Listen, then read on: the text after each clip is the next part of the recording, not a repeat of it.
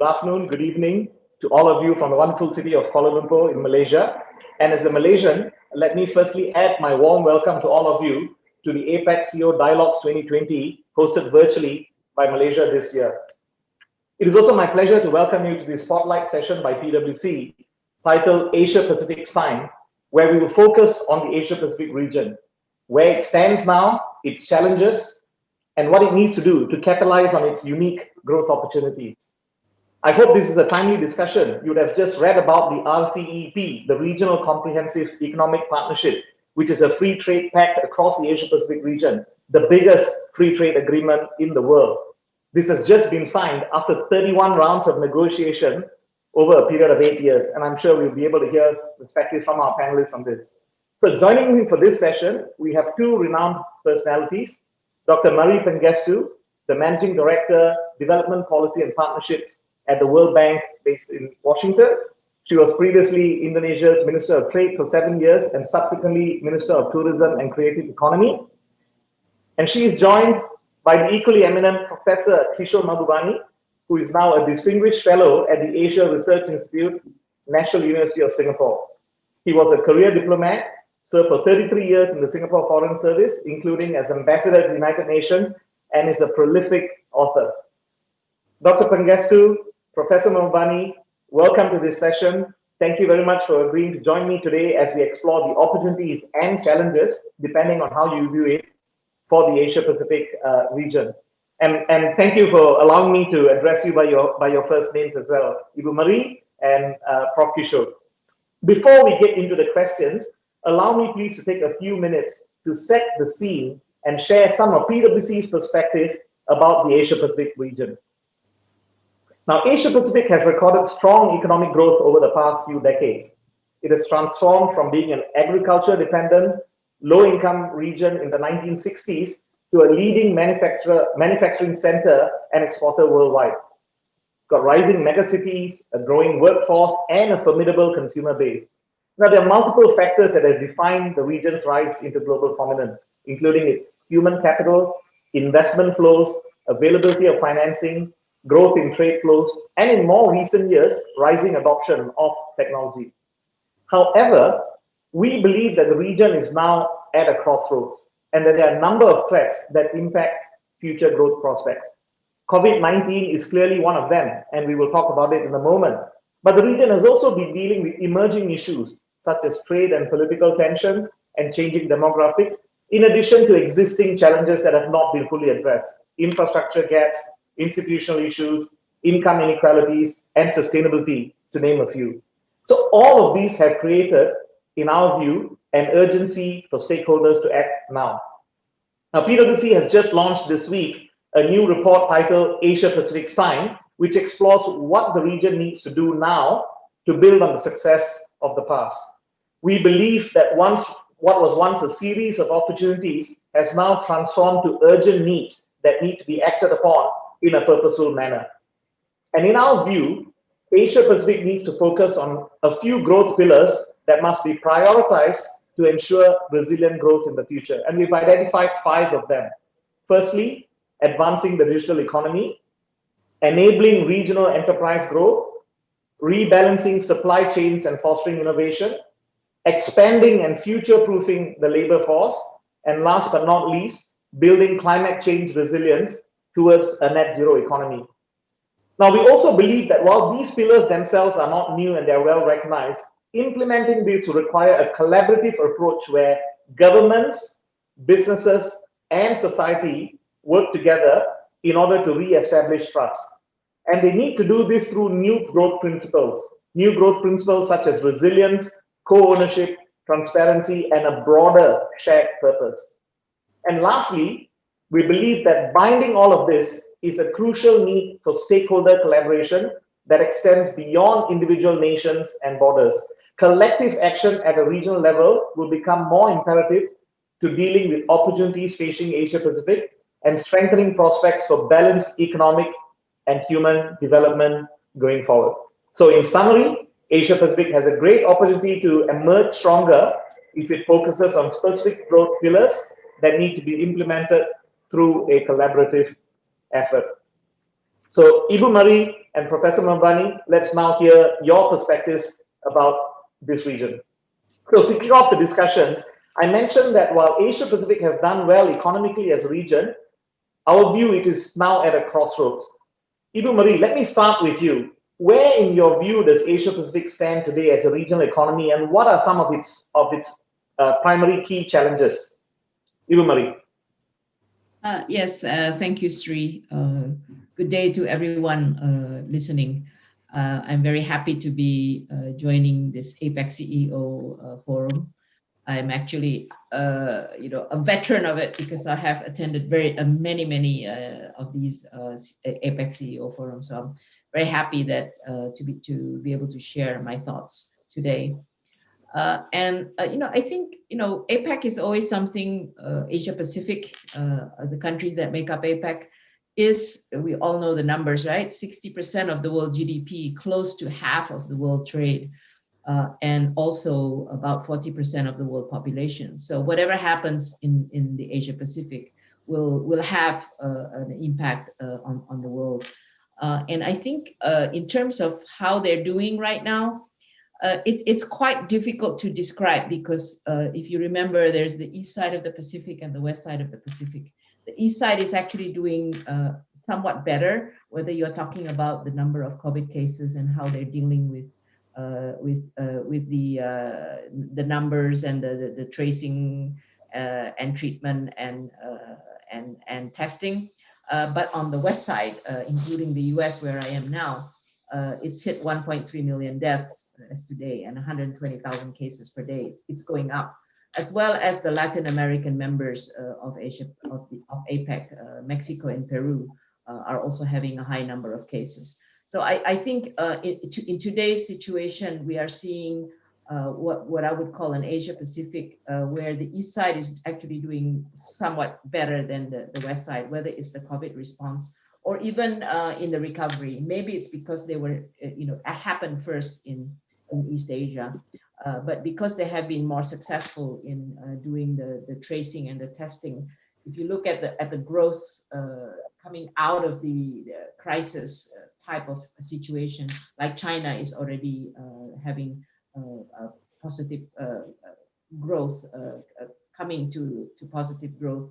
And what happens in China will, of course, affect the other countries in the region. So in that sense, Asia Pacific, perhaps compared to other regions in the world right now, is going to fare better, but it doesn't remove the fact that the world is going to a deep economic recession, including in east side or west side is even worse. It's going to be the worst recession that's happened in our part of the world. A fall in per capita incomes, a rise in poverty. I mean, this region has been very successful in reducing poverty, but I think for the first time, we're going to see the rise of poverty and what we call the new poor. Those who were not poor before are now going to be poor. And then you have a large number of groups above the extreme poverty line, which are also going to be impacted. And I would say the middle income is very much impacted. And the other challenges is, of course, we're facing weak potential output, investment, and productivity in the medium term compared to before, with long-lasting effects on investment, human capital, and value chains, which is one of the topics I understand you have been looking at. And then you have a list of other challenges. In some cases, I would say this is what we're trying to do now. There are challenges, but in the challenges, there are also opportunities. And this is the whole theme about how can we build back better? And we can discuss this further. But let me just list the list of other challenges: trade tensions, technological change, aging population in some parts of the region, but in other parts of the region, like my own country, Indonesia, we're still having a demographic dividend. How this is actually an opportunity, right? In terms of whether it's labor flows or services trade. And climate risk is really a great one. And then I would say there's a series of new risks due to the health challenges posed by COVID-19 that will come up. And it will impact on the way we live, the way we do business, the way we transact. And these are all, I think, challenges as well as opportunities for governments to do better, and I would say for businesses to find opportunities for innovation and new ways of doing business. Thank you very much, Ibu Marie. So you make some, excellent points there. I think undoubtedly we are in the midst of a recession in, I guess, an era-defining event such as a pandemic. Asia Pacific has done well so far. The one point that I, took away also was the point you made about this is going to exacerbate the social inequalities that we face across the whole world. We already have that as an issue in many parts of this region, we know. And the gap between the rich and the poor. In my own country, in Malaysia, we have launched something called the Shared Prosperity Vision 2030 to address that. But it's an issue that I think it's prevalent in many parts of the world. So thank you for those opening comments. Prof. Kishore, in one of your books more than a decade ago, I think you talked about the shift in global power from the West to the East. What is your take on Asia Pacific? And when we in PwC wrote about the Asia Pacific region, we were perhaps referring more to the East than the Western part of the APEC economy. So, but your overall take on where Asia Pacific stands and some of your comments that you made more than a decade ago, do you still think that's still relevant today? Well, thank you. Thank you very much, Sri. It's such a pleasure to be with you and my old friend, Marie. On this panel, like Marie, I'm also an APEC veteran. Singapore was the second chairman when APEC began. The first was Australia, and when Singapore was the chairman, I was the co-chair of the senior officials meetings that, in a sense, took over APEC from Australia, and it was like a little baby that was given to us. And it's, babies, infant mortality of a baby very high in the first year. So first year, our only mission was to keep the baby alive and then pass it on to, I think, to South Korea after us. I also participated in the first APEC leaders meeting and the summit meeting in Blake Island, which was hosted by Bill Clinton, where you had a historic encounter between Bill Clinton and Jiang Zemin. So I've been following APEC all these years, for 30 years now. But at the same time, I must say that right now, and I'm glad you raised the larger question, Sri, about the shift of power from west to east. And here, just as an aside, let me say that geographically it becomes very confusing because East Asia is actually in West Pacific, and the United States, which is part of the West, is actually East Pacific. So it gets confusing there, but when we use the East and West, we got to be clear what we're referring to: political West, political East, or geographical East, geographical West. It gets a bit confusing there. But anyway, the key point I want to make to you is that when APEC was born, there was, I must say, what I remember vividly, especially in Blake Island, was a tremendous amount of optimism that the future of the world was going to be in Asia Pacific, that the 21st century, which was then is still a decade away, would be the Asia Pacific century. And the feeling was that US and East Asia, including US and China, would come together. And that was the momentum, by the way, in the first decade or two. But right now, as you know, we are in the middle of probably the biggest geopolitical contest that we have ever seen in human history, which is, of course, the subject of my book, Has China Won? And clearly, this US-China geopolitical contest, which has gained tremendous momentum in the 4 years of the Trump administration, has changed the whole dynamic. So the key point I want to emphasize at the beginning of our discussion is that there are now three visions that are driving our region. And since we are at a very plastic moment of world history, where we are undergoing some major geopolitical transitions, we do not really know which of these three visions will become the dominant vision for the 21st century. And let me mention what they are. The first is, of course, the Asia-Pacific vision. And this Asia-Pacific vision, which is what APEC is based on, rested on the premise that the United States would remain a strong and dominant actor in East Asia and will continue to remain engaged in East Asia and do more trade and so on and so forth. But as you all know, the United States withdrawal from the Trans-Pacific Partnership was a major shock signal saying United States is going to take care of its home first and is not going to invest in the TPP. And Trump, of course, has been in many ways quite isolationist in his trade policies. And then you have a second vision, which ironically is one that also was launched in the last two administrations, what's called the Indo-Pacific vision. And of course, the whole point of creating an Indo-Pacific vision was for purely geopolitical reasons, because as the United States, even in the second term of the Obama administration, became more and more concerned about China as a rival competitive power, I decided the best way to balance China is to bring another equally populous country.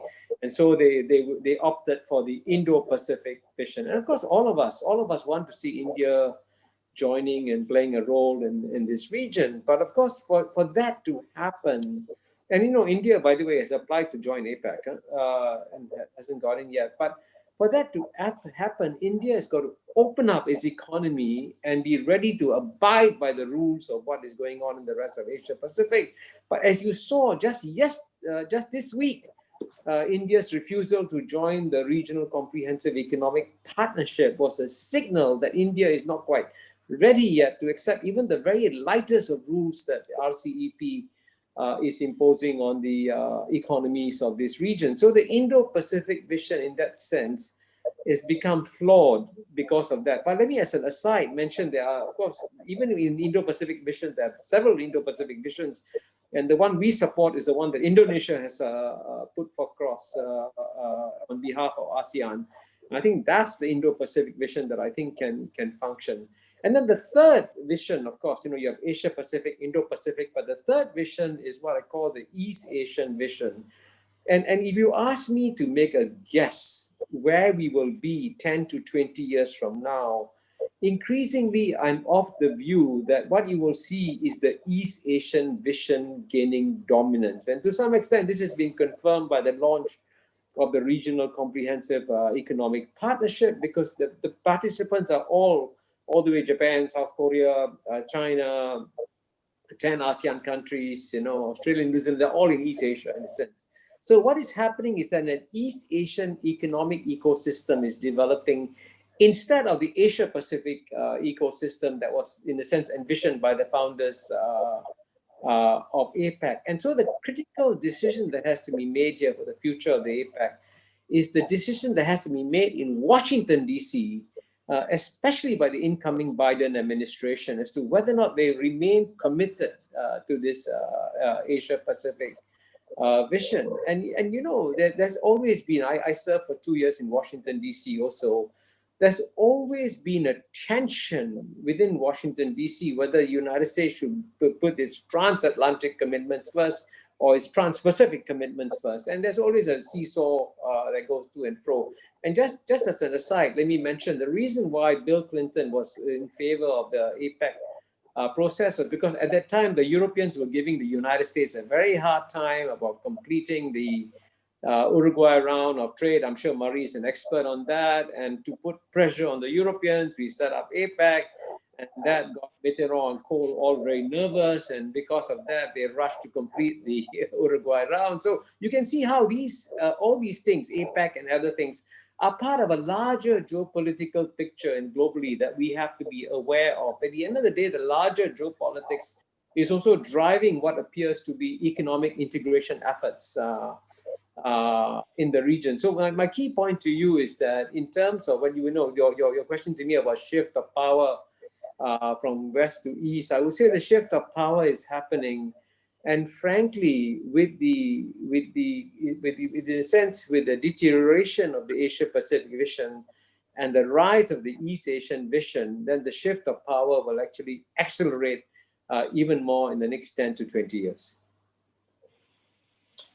Prof. Kishore, thank you very much. Interesting. So you put forth three visions, right? Just to recap what he said, is the Asia Pacific region, which is where the APEC originated, and then you had a slight tweak when you had the Indo-Pacific vision, which hasn't quite taken off given where India's stance is, and the East Asian vision, which is pretty much, I guess, encapsulated in the RCEP. So we will come to the RCT in a minute, but I'd like to just, so thank you for those comments, Ibu Marie and Prof. Kishore. What I'd like to do is just shift a little bit to, I guess, any panel and any discussion today.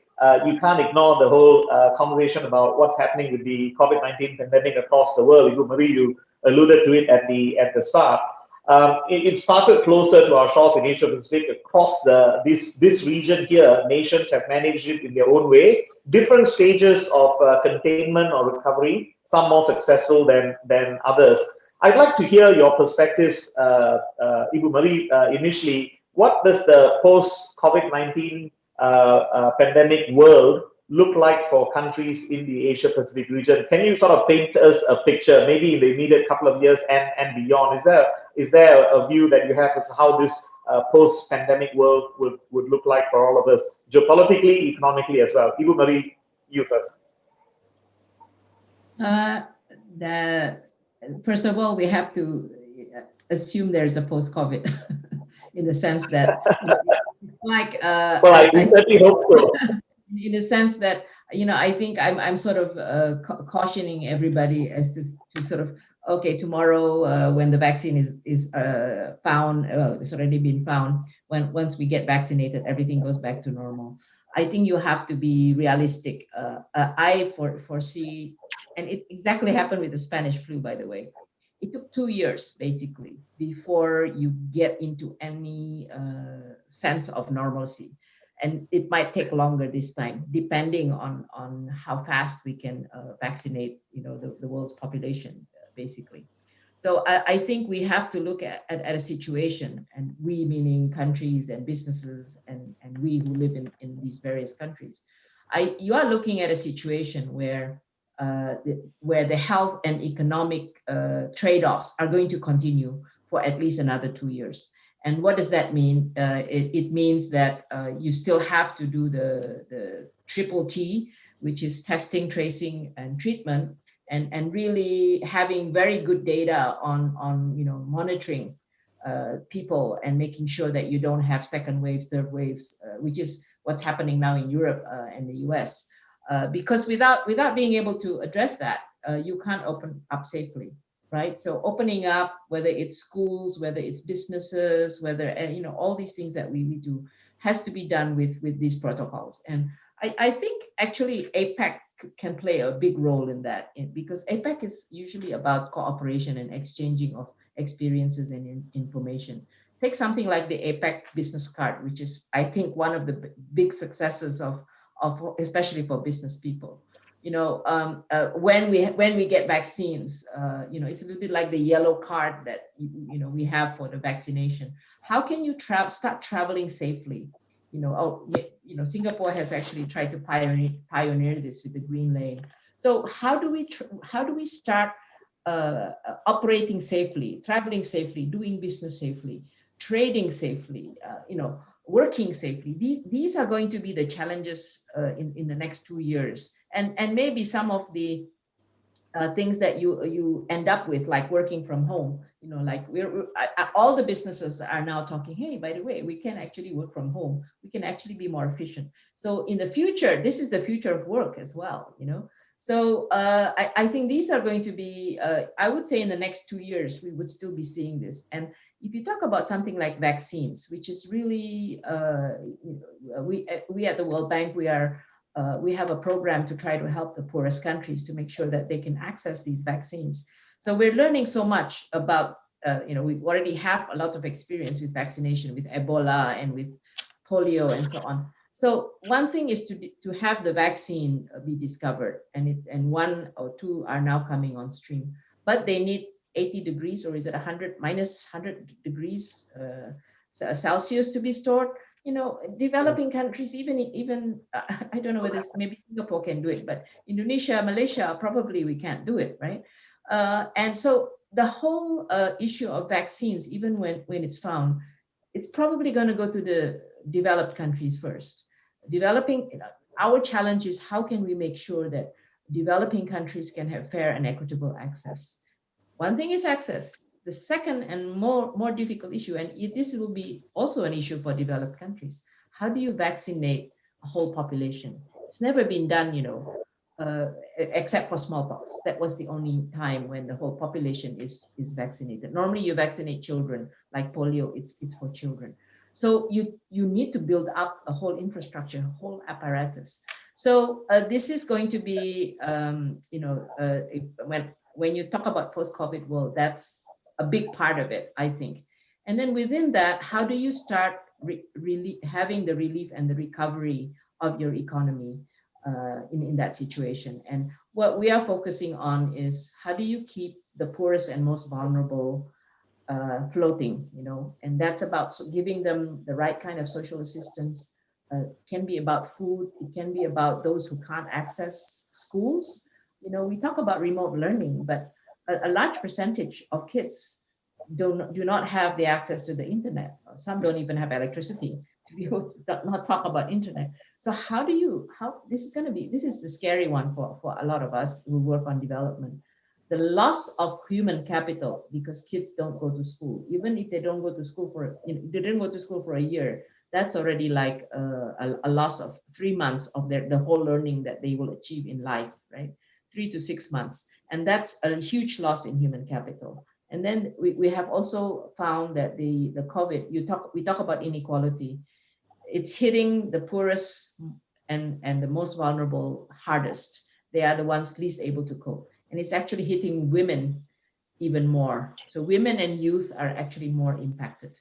So that's another dimension. So we have a lot of data now. We're doing household pulse surveys where we found that basically the new poor and the new vulnerable, a lot of them are women, a lot of them are youth, youth who can't find jobs in this kind of situation. So I think that's one of the big challenges for countries to address the human capital losses that they're going to face. Otherwise, if you lose, you could lose a generation, and that will affect your productivity and your ability to growth. Other challenges, I would say, is the whole trade and investment challenge. How can we recover back investment? How can we ensure that we have this saying, how do we keep firms with their lights on? So the social assistance program that you deliver to firms, firms which are viable, how can you keep them alive until such time when there's growth starts resuming and they can start growing again? This is a very big challenge because you have from micro enterprises to the medium to the large. So it's a continuum of firms, and governments are really struggling to figure out how to assist these firms. So there's a huge challenge there, but if we could do it right, how do you maintain the human capital? How do you maintain the firms so that when the economy starts moving, they are there? Otherwise, you can imagine a situation if all your firms or majority of your firms collapse, your economy starts recovering. You can't just turn it on and off. This is a big challenge, and to the extent that you use the banking sector to provide the assistance, you can also have a lot of NPLs in your banking sector, and then the government will have to rescue the banking sector. So there's a whole set of other issues there. So in a sense, the government, we use this term, the government is the savior of last resort, whether it's for the people, the livelihoods, or the firms, or the economy. And that's a huge task, huge bill, and governments will run into debt. That's the last thing I would say. An impeding debt crisis for governments, even the best managed government, and how far, how deep we get into that hole will depend. It goes back to that health and economic trade-off again, right? So that's why it's so important for countries, for governments, and a lot of that happens at the local level, to make sure that you can actually control the trajectory of the spread, and don't just hope on the vaccine, because it's going to take a long time to access the vaccine as well as to vaccinate. So you've got to do all these other protocols, and a digital technology actually can help, as Singapore and Korea and China have found. So this is, I think, this is the opportunity also to better your systems, so that if there's a third wave, fourth wave, or a new virus, you actually have the system, so build your resilience at the same time that you are designing your response. That's the other big message that we have. As you're responding, think about how you can build up systems that are going to be resilient for the future. Thank you very much, Ibu Marie. I mean, I think you made the point about kids and women, and so it's those who are most vulnerable in society who are, I guess, feeling the effects of this, greater than others. Although it cuts across all levels of society as well. Prof. Kishore, just one more quick one before we shift gears and go and talk about regionalization. Ibu Marie just mentioned about building systems and having resilience in country. Do you think that as a region, was it realistic to expect that countries will cooperate and work together with each other to try to address and overcome some of the issues arising from the COVID-19 pandemic, or was that an unrealistic expectation as everyone really will be focused on what's going on domestically first? Prof. Kishore, what are your thoughts on that? Yeah, well, let me begin by saying I completely support and endorse, in fact, enthusiastically endorse everything that Marie has just said about COVID-19 and the dangers it poses, and especially to the poor and to the kids without access to electricity, without access to a computer. And I think we should definitely focus our efforts on helping the very poor. But at the same time, if you want to inject a little bit of good news on COVID-19, it's actually quite stunning. And I wrote a piece about this in the economist.com, that the number of deaths from COVID-19 per million, there's a very sharp disparity to go back within East and West. In Europe, in Belgium, Spain, Italy, UK, in USA, the numbers in the high hundreds, 600, 700, 800 deaths per million. In East Asia, it's mostly below 10. South Korea, Taiwan, Hong Kong, Singapore, China, Australia, New Zealand, and in fact, even Japan is less than 15. So this disparity in performance in management of COVID-19 is what I said in my economist.com, an article, an indication that when it comes to governmental competence in terms of managing COVID-19, there's obviously something that East Asia is doing right and that Europe and North America are doing wrong. In fact, if the United States had the same number of deaths per capita as China, instead of having 240,000 deaths, the United States would have less than 1,000 deaths. I mean, look at that gap. Okay. Amazing gap. And so the reason I emphasize this is that we should therefore in East Asia be grateful that we have actually strong governmental systems in East Asia that emphasize the important role of government in managing these issues. And my big fear when COVID-19 happened was that we would all lock up and forget about the need to cooperate with each other. And of course, initially, we of course had to shut the doors and make sure nobody came in.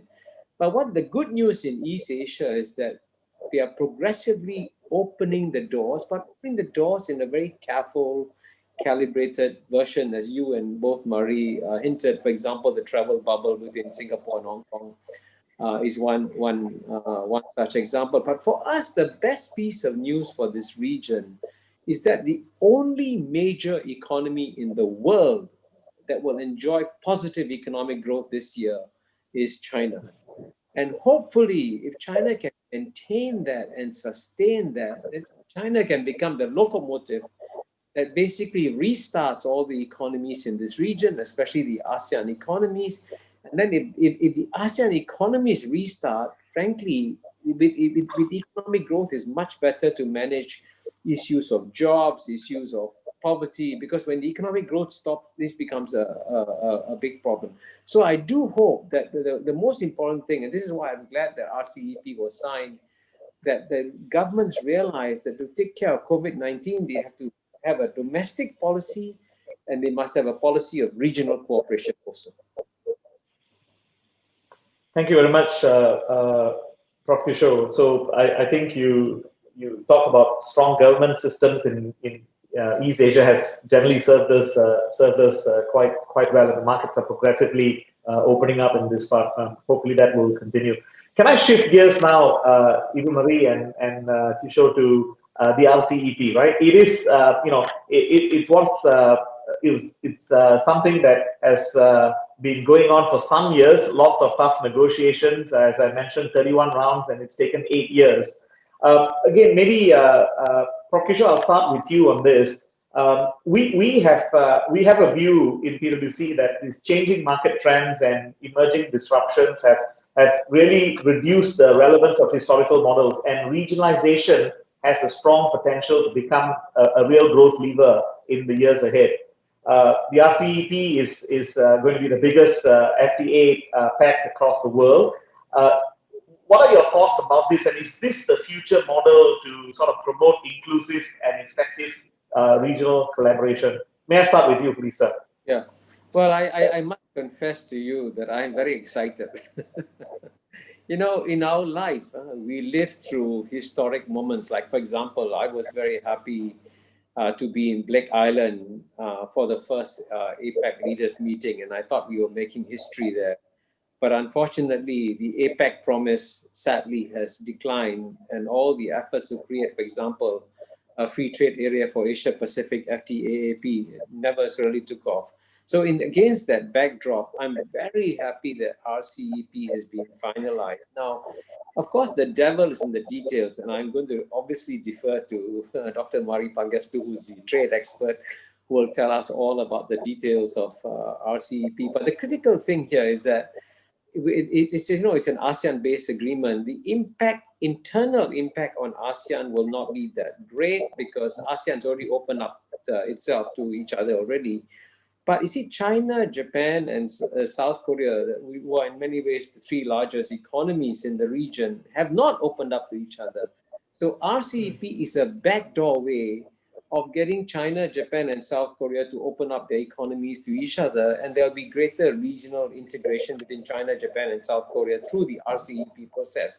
But the net effect of that will be economic growth, faster trade growth, which will then spill over into ASEAN and benefit us because we will have bigger markets to deal with up north in China, Japan, and South Korea. And talking of markets, let me give a statistic which I just discovered yesterday, which I found quite stunning, and I consider myself reasonably well informed, but I did know that some major changes taken place.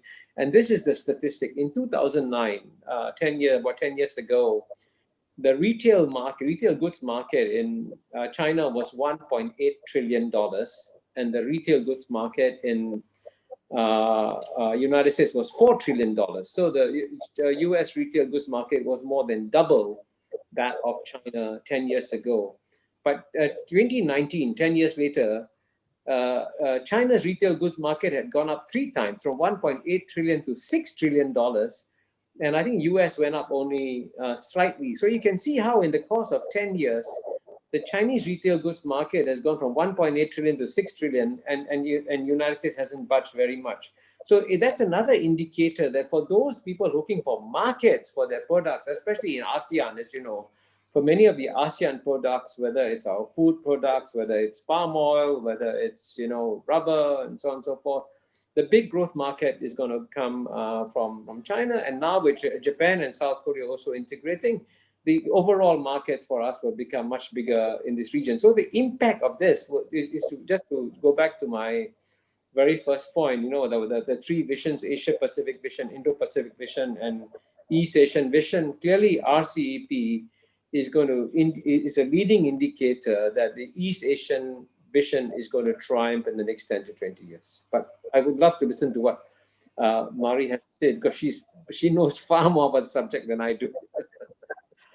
Thank you, Prof. Kishore. Ibu Marie, are you equally enthusiastic about the RCEP? Prof. Kishore is clearly an advocate, and he mentioned the fact that the China, Japan, Korea markets opening up really changes the equation outside ASEAN and outside Australia and New Zealand as well. Your views, please. I guess you don't know the history. but I may look young, but I've been around. I was there at Bogor Gold, where we actually gave birth to the concept of open regionalism. And as trade minister in 2011, I was the one who gave birth to RCEP, using the principles of APEC, which is open regionalism, and building into these agreements the three pillars of APEC, which is liberalization, facilitation, and capacity building. So what does that mean? What does open regionalism mean in the RCEP sense? And you can compare it to CPTPP. We have an open accession principle in the RCEP founding principles, which basically says we start with the +1 partners of ASEAN, where we already have an FTA. That's why you have the 10 ASEAN countries and then the 6 FTA partners as the original group of RCEP. But it says there very specifically, but after that, we are open to all other members who want to join. So the US can join. India is still there, okay? India did not leave. We've crafted it very carefully so that for now, India is not ready to join, but when it's ready to join, it can join because it went through all the negotiations up to the end. So they actually have agreed to this agreement.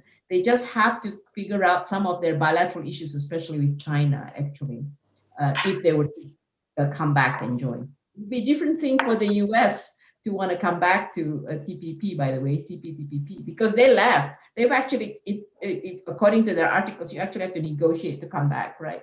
So I'm just trying to emphasize to you that, in our part of the world, this notion of open regionalism, where we do it together, but it's actually not originally ASEAN, as you know, it was actually to benefit us and then to export externally.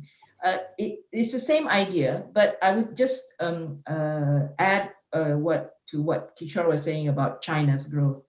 I think one of the reasons why, after it's 9 years of negotiations, basically, I'm very happy. Today is like one of the happiest days in my life. And I've been communicating with all my friends in ASEAN, like we're all celebrating. And the chief negotiator who made this happen is Indonesian. And he was with me from the beginning. And I just want to point out that this is an ASEAN-led initiative. It's not a China-led initiative.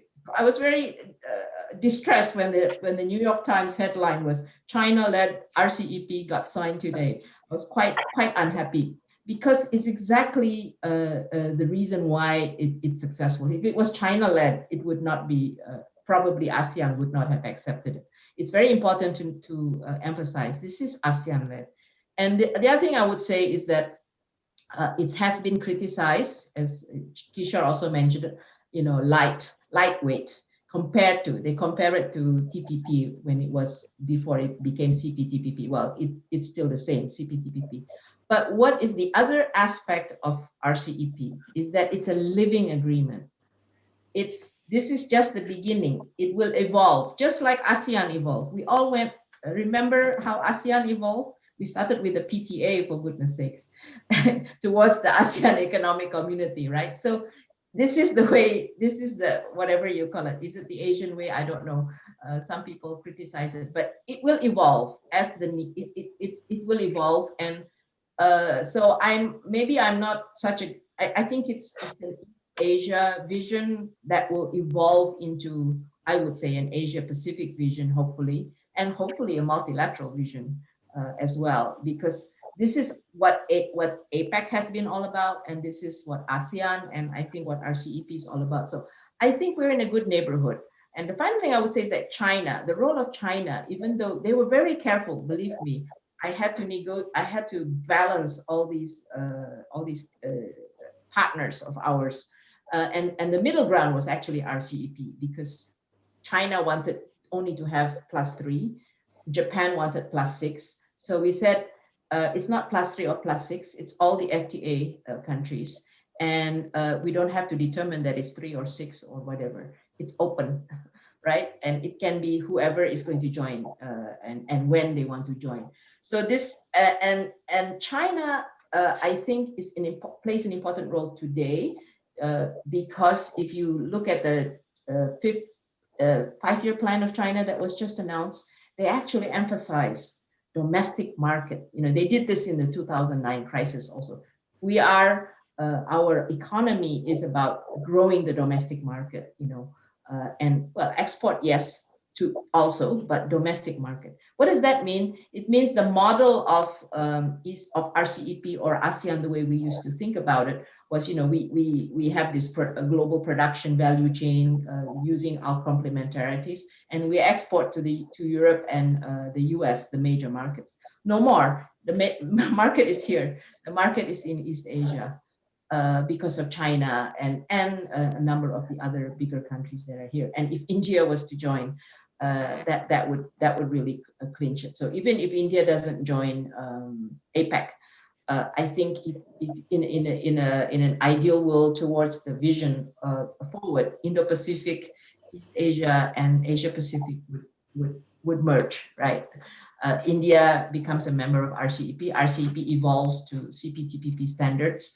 And you can achieve a larger open market, which is open. It doesn't exclude those who are not in the agreement. That's the vision. Okay. Of course, I agree with Kishore. The devil's in the details. There's a lot of homework to do. But here is where the APEC CEO Forum needs to come forth and put forth your recommendations. What areas? What more work needs to be done for us to be more regionally integrated?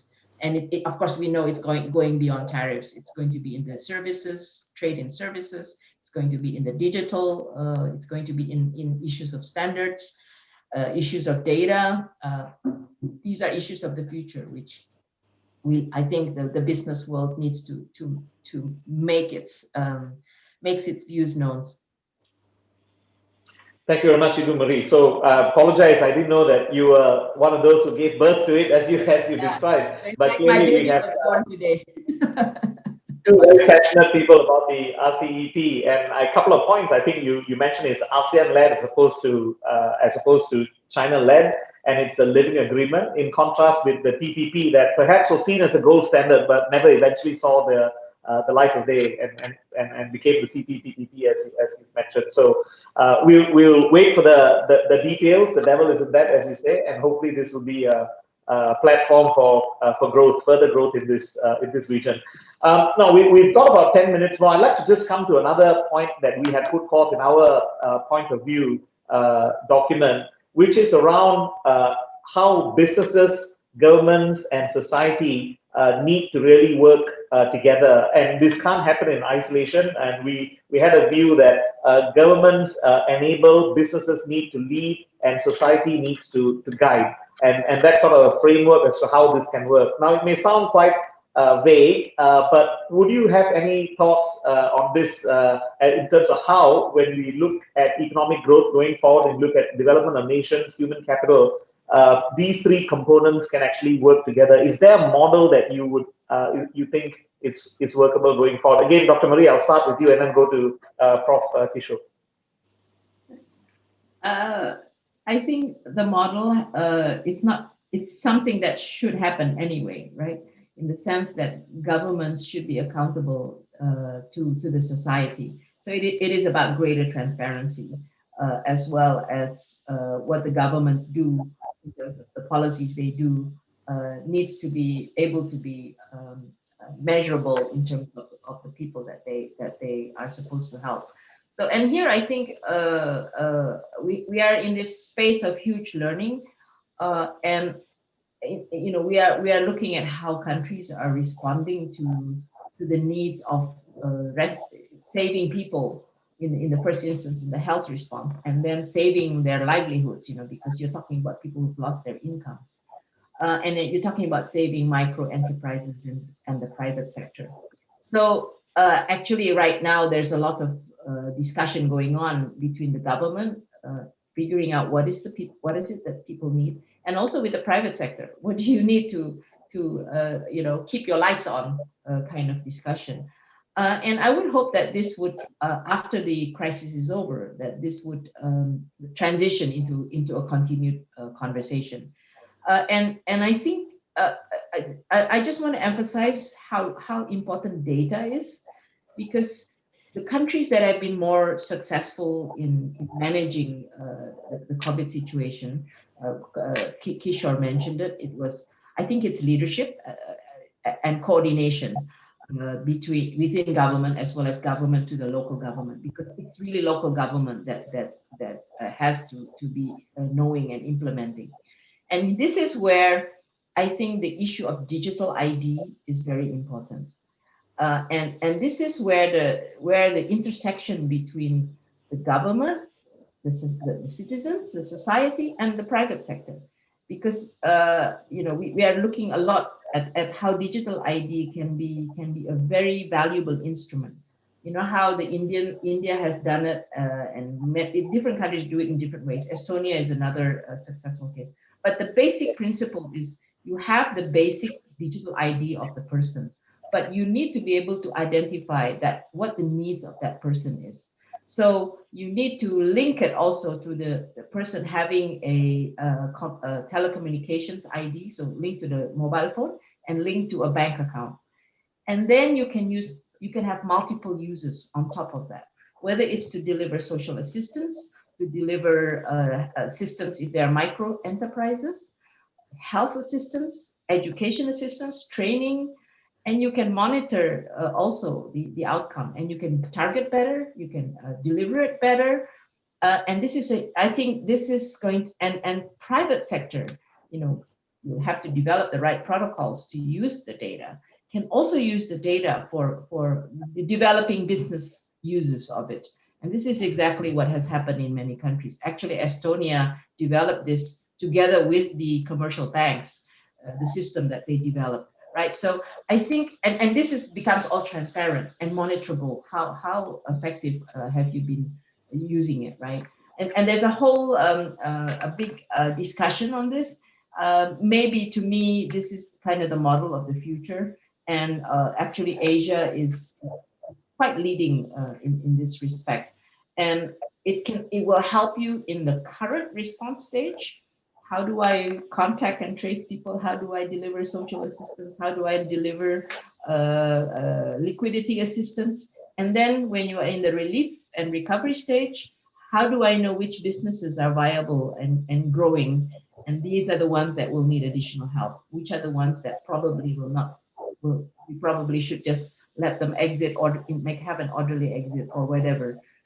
This is, I think, to me, should be the model of the future. But of course, it has all kinds of issues with the privacy issue and so on, which we need to deal with as well, and cybersecurity and the democracy versus Big Brother watching you and all these issues. But I do think this is the model that we have to strive for.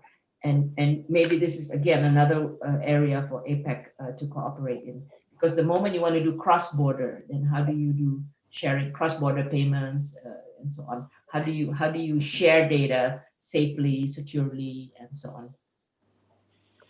Thank you very much, Ibu Marie. So you made the point about digitization being the driver as far as this is concerned. I think we're almost coming to the end of our session. Prof. Mahbubani, would you like to add anything to that question about how these three elements of government, business, society can work together? Any closing comments from you? Yeah, very, very quickly. I know we're running out of time, so I'll be very quick. I think I would say, since our primary audience are businessmen, I have a very simple message to them, that when you do your calculations, you got to balance what I call short-term pain and long-term gain against short-term gain and long-term pain. And let me just, if you don't mind, use India as an example. The key reason why India has not been able to join RCEP is because many business interests in India feel that they'll be damaged when the Indian market opens up, more competition and so on and so forth. So they'll suffer short-term gain by not opening up their market, but they will suffer long-term pain because they won't be part of a much larger growth market. So, if India joins RCEP, it will suffer short-term pain, but you'll get long-term gain because you'll have access to a much bigger market. So, and that's why I hope that businessmen in our region will talk to their Indian counterparts. And if the businessmen in Southeast Asia, the businessmen in East Asia will persuade the businessmen in India to look at the bigger picture, look at the long-term picture, then hopefully we can persuade India to join RCEP also, because I completely agree with Murray that the door has been kept open for India, and I believe that India will benefit enormously. And just a small example of this, I'm glad that Murray mentioned the APEC business card. I must say, I have one. Traveling in the APEC region is so much easier with the APEC card. And just recently, Murray, Russia has joined also. Yeah. Oh, yeah. So, yeah, Russia just joined. So now that, can you imagine an Indian businessman, with an Indian passport, it's very hard to get visas everywhere. An Indian businessman with an APEC card can fly to all the APEC countries instantly. It'd be amazing, right? Yeah. So you can see these are the benefits of joining what Murray said is open regionalism. So I hope that the businessmen in Southeast Asia and East Asia would go to India and persuade India, this is the time for you to join open regionalism.